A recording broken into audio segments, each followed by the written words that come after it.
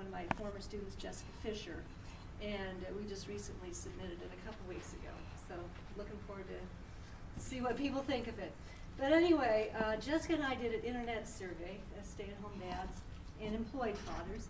Now these were all men. One of our criteria was that they were married or living with a female partner. And there are a whole group of other stay-at-home dads that don't fit that, but we just wanted to look at that particular sample in our study.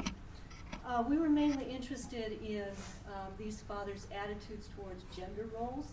Did they think it was appropriate for women to work outside of the home? Was it okay for men to be just as nurturing as mothers? So those kind of issues. We were also interested in how they would describe themselves. Okay, what kind of characteristics did they have?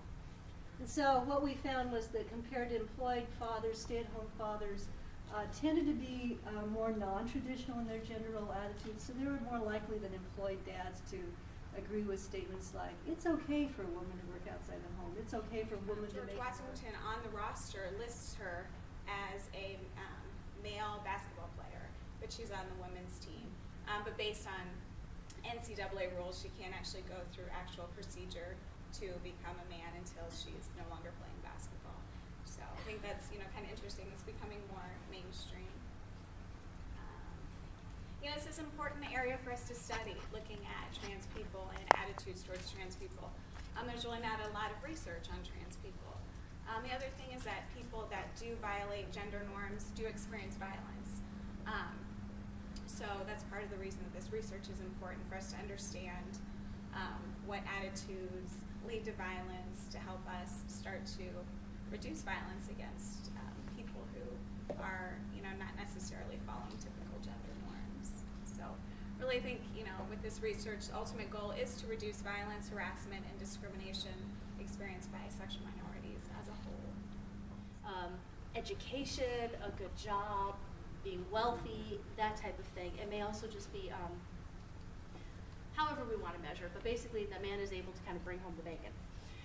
Now, most of us have probably talked a little bit about evolutionary theory or heard about it in explaining that difference. Basically, evolutionary theory says that as men and women have evolved, since women had the primary responsibility for having the children, usually taking care of the children in infancy, they actually had more of an interest in actually finding a mate who could, say, offer protection, who could bring home some of those resources if they weren't able to actually, say, go out and get them as they were raising the children.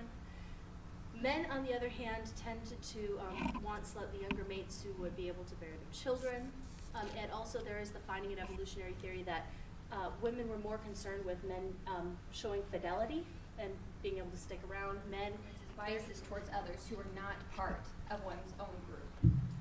So in-groups versus out-groups there. And as I mentioned before, I will be looking at the literature through the lens of just world theory.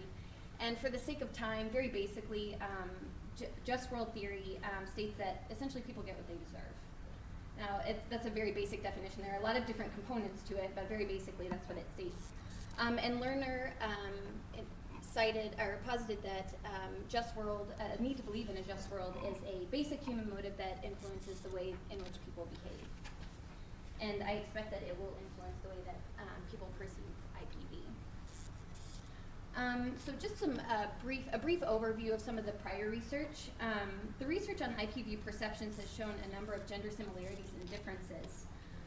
With regard to IPV perpetration, men and women have judged the perpetrator pretty consistently in the literature to be more responsible than the victim, which is hopeful, regardless of the victim or perpetrator's sex or gender.